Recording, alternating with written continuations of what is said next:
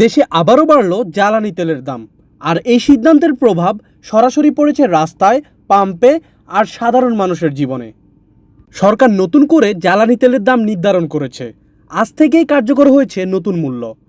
নতুন দরে ডিজেল 115 টাকা প্রতি লিটার, অকটেন 140 টাকা প্রতি লিটার, পেট্রোল 135 টাকা প্রতি লিটার, কেরোসিন 130 টাকা প্রতি লিটার। মাত্র 2 মাসের ব্যবধানে ডিজেলের দাম বেড়েছে 15 টাকা আর অকটেনের দাম বেড়েছে 20 টাকা পর্যন্ত। সরকারের পক্ষ থেকে বলা হচ্ছে আন্তর্জাতিক বাজারের সঙ্গে সামঞ্জস্য রাখতে এই সিদ্ধান্ত। আরে ভাই, এই একটা জিনিস আপনারা বুঝতেছেন না কেন? সারা দুনিয়ায় তেলের দাম বাড়েছে, সারা দুনিয়াতে। বাংলাদেশ একটি দেশ যেখানে শেষ পর্যন্ত আমরা বাড়াইনি, বাংলাদেশের জনগণের স্বার্থ সংরক্ষণ করে তাদের কথা মাথায় রেখে আমাদেরকে সবাই বলছে আপনারা তেলের দাম বাড়াচ্ছেন না কেন? আপনার তো তহবিল খালি হয়ে যাচ্ছে। তেলের দাম না বাড়লে সরকার দেশ চালাবেন কি করে? সুতরাং আমরা শেষ পর্যন্ত যতটুকু পেরেছি আমরা সরকারের পক্ষ থেকে বাড়াই। কিন্তু এই মূল্যবৃদ্ধির প্রভাব সরাসরি মানুষের উপর পড়ছে। এতে করে পরিবহন খরচ বাড়বে, চাষাবাদের খরচ বাড়বে আর নিত্যপণ্যের দামও নতুন করে বেড়ে যাওয়ার আশঙ্কা দেখা দিচ্ছে।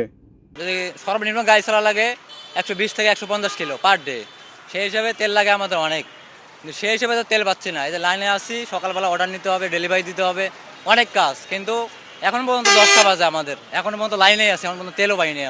তেল নিতে আসি সেই 8টার সময়, আমাদের কাজের খুব সমস্যা হয়েছে, কাজে যেতে পারতেছি না।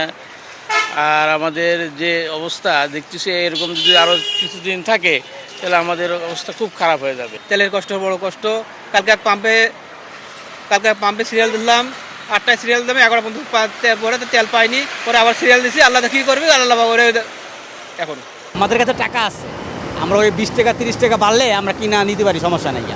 কিন্তু প্রোডাক্টটা অ্যাভেলেবেল প্রত্যেকটা পাম্পে থাকতে হবে, তাইলে আপনার এই সিরিয়াল থাকবে না। আজকে 3 দিন ধরে ঘুরতেছি, এই পাম্প ওই পাম্প, লাইন পাই নাই। টানা 10.5 ঘন্টা আমি লাইনে দাঁড়ানোর পর তেল পাইনি। মাথায় যাওয়ার পরে বলছে যে তেল শেষ। এদিকে এই সিদ্ধান্ত নিয়ে তীব্র সমালোচনা এসেছে বিভিন্ন মহল থেকে। জ্বালানি বিশেষজ্ঞরা বলছেন আন্তর্জাতিক বাজারে দাম কমলেও আমাদের দেশে উল্টো বাড়ানো হয়েছে। তাদের মতে এই সিদ্ধান্ত সাধারণ মানুষের জীবনে কোনো স্বস্তি তো আনলই না, বরং নতুন করে চাপের সৃষ্টি করলো। আর মাঠ পর্যায়ের বাস্তবতা আরও বেশি কঠিন।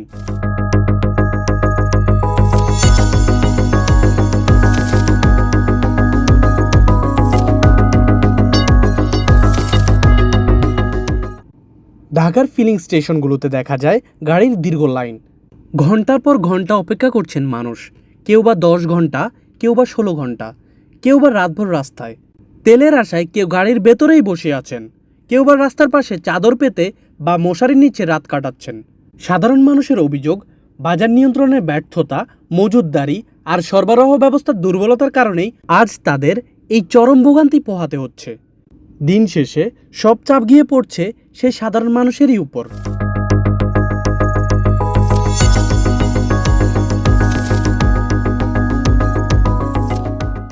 অন্যান্য দেশে আমি বলি, আমেরিকাতে দাম দ্বিগুণ হয়ে গেছে, শ্রীলঙ্কায় 25% হয়ে গেছে। তারপরে আমরা যতটুকু বেরিয়েছি খুবই নগণ্য। এইটা বাড়াতে হয়েছে শুধুমাত্র আমাদের তহবিলের উপর এত প্রেশার আসতেছে। আমাদের তো বাকি প্রোগ্রাম চালাতে হবে, দেশের অর্থনীতি চালাতে গেলে আগামী দিনে বাজেট আসছে, তাই না? সুতরাং এটা মাথায় রেখে আমাদেরকে এই সিদ্ধান্ত নেওয়া হয়েছে, তাও খুব কম বাড়ানো হয়েছে।